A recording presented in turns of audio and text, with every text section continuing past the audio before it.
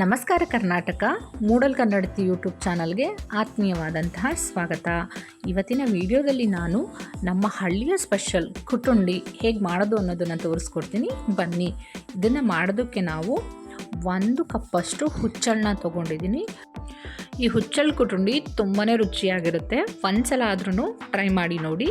ಈ ಹುಚ್ಚಳ ಕುಟುಂಡಿಯನ್ನು ಮಾಡೋದಕ್ಕೆ ನಾನು 1 ಟೇಬಲ್ ಸ್ಪೂನಷ್ಟು ಜೀರಿಗೆ, 3 ಹಸಿರು ಮೆಣಸಿನಕಾಯಿ, ಈರುಳ್ಳಿ, ಹಾಗೆಯೇ 3 ಬೆಳ್ಳುಳ್ಳಿ, ಸ್ವಲ್ಪ ಹುಣಸೆಹಣ್ಣು ಮತ್ತು ಉಪ್ಪಿನ ಪುಡಿಯನ್ನು ತೊಗೊಂಡಿದ್ದೀನಿ.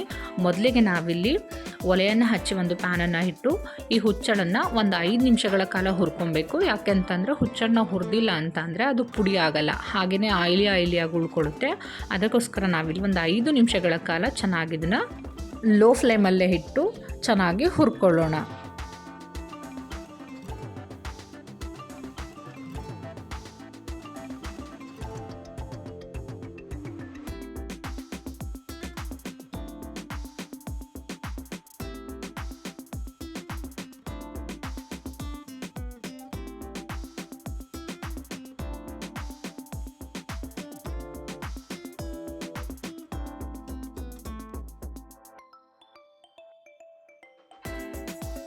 ಇದನ್ನ ಇವಾಗ ಹುರ್ಕೊಂಡಿದ್ದಾಗಿದೆ. ಕಂಪ್ಲೀಟಾಗಿ ತಣ್ಣಗಾಗೋದಕ್ಕೆ ಇದನ್ನು ಬಿಟ್ಬಿಡೋಣ. ತಣ್ಣಗಾದ್ಮೇಲೆ ಒಂದು ಮಿಕ್ಸರ್ ಜಾರ್ನ ತೊಗೊಂಡು ಬರೀ ಹುಚ್ಚಳನ್ನು ಮಾತ್ರ ಹಾಕ್ಕೊಂಡು ಮೊದಲು ಇಲ್ಲಿ ಇದನ್ನು ಸ್ವಲ್ಪ ತರಿಯಾಗಿ ಪೌಡರ್ನ ಮಾಡ್ಕೊಳ್ಳೋಣ. ಬರೀ ಹುಚ್ಚಳನ್ನ ಮಾತ್ರ ಹಾಕ್ಕೊಂಡು ಪೌಡರ್ನ ಮಾಡ್ಕೋಬೇಕು. ಬೇರೆ ಯಾವ ವಸ್ತುಗಳನ್ನು ಪುಡಿ ಮಾಡೋಕ್ಕೂ ಮುಂಚೆ ಇದಕ್ಕೆ ಸೇರಿಸ್ಕೊಳ್ಬಾರ್ದು.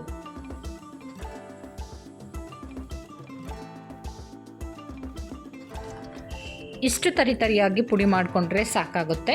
ಇವಾಗ ನಾವು ಇದೇ ಮಿಕ್ಸರ್ ಜಾರ್ಗೆ ಆವಾಗಲೇ ತೋರಿಸಿದಂತಹ ಎಲ್ಲ ಸಾಮಗ್ರಿಗಳನ್ನು ಕೂಡ ಸೇರಿಸ್ಕೊಳ್ಳೋಣ. ಜೀರಿಗೆ, ಬೆಳ್ಳುಳ್ಳಿ, ಹುಣಸೆಹಣ್ಣು, ಹಸಿರು ಮೆಣಸಿನಕಾಯಿ, ಈರುಳ್ಳಿ, 1 ಈರುಳ್ಳಿನ ಪೂರ್ತಿಯಾಗಿ ಹಾಕ್ಕೊಳ್ಳಿ.